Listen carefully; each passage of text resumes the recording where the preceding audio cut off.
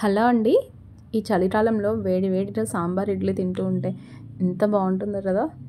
మరి హోటల్ స్టైల్లో ఉండే ఈ సాంబార్ రెసిపీ ఎలా చేయాలో చూద్దాం రండి. దీనికోసం ముందుగా ప్యాన్లో కొంచెం నూనె వేసి, నూనె వేడైన తర్వాత 2 స్పూన్ల పచ్చిశనగపప్పు, 2 స్పూన్ల కందిపప్పు, 1 స్పూన్ బియ్యము, పావు స్పూన్ మిరియాలు వేసి ఇవన్నీ ఫ్రై అయిన తర్వాత 6 నుంచి 7 వరకు ఎండుమిర్చి, 1 స్పూన్ ధనియాలు, 1 పచ్చిమిర్చి, 2 మీడియం సైజ్ టొమాటోల్ని ముక్కలుగా కట్ చేసి వేసుకోవాలి. అలాగే కొన్ని పచ్చి కొబ్బరి ముక్కలు వేసి టొమాటోలు కొంచెం సాఫ్ట్ అయ్యాక స్టవ్ ఆఫ్ చేసి పూర్తిగా చల్లారిన తర్వాత మిక్సీ జార్లో వేసుకొని ఇందులో కొంచెం కరివేపాకు, కొంచెం పసుపు, 4 గింజలు మెంతులు, రుచికి సరిపడా ఉప్పు వేసి మెత్తగా పేస్ట్ చేసి పక్కన ఉంచుకోవాలి.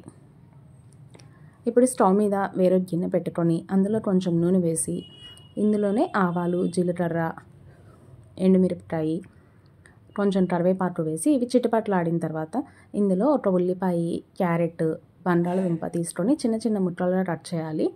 ఈ ముక్కలన్నీ మగ్గిన తర్వాత మనం రెడీ చేసి పెట్టుకున్న పేస్ట్ వేసుకొని ఇందులోని 1.5 నుంచి 2 లీటర్ల వరకు నీళ్లు పడతాయండి. ఈ పేస్ట్కి తగినన్ని నీళ్లు కలుపుకొని 20 నిమిషాల పాటు మీడియం ఫ్లేమ్లో మరిగించుకోవాలి. ఇలా సాంబార్ మరిగేటప్పుడు పైన నురుగు వస్తుంది. ఆ నురుగు అంతా తీసేస్తే మనకి సాంబార్ క్లియర్గా కనిపిస్తాయండి. ఇందులో వేసిన బంగాళదుంప ముక్కలు ఉడికిన తర్వాత కొంచెం 2 స్పూన్ల చింతపండు రసం వేసుకోవాలి.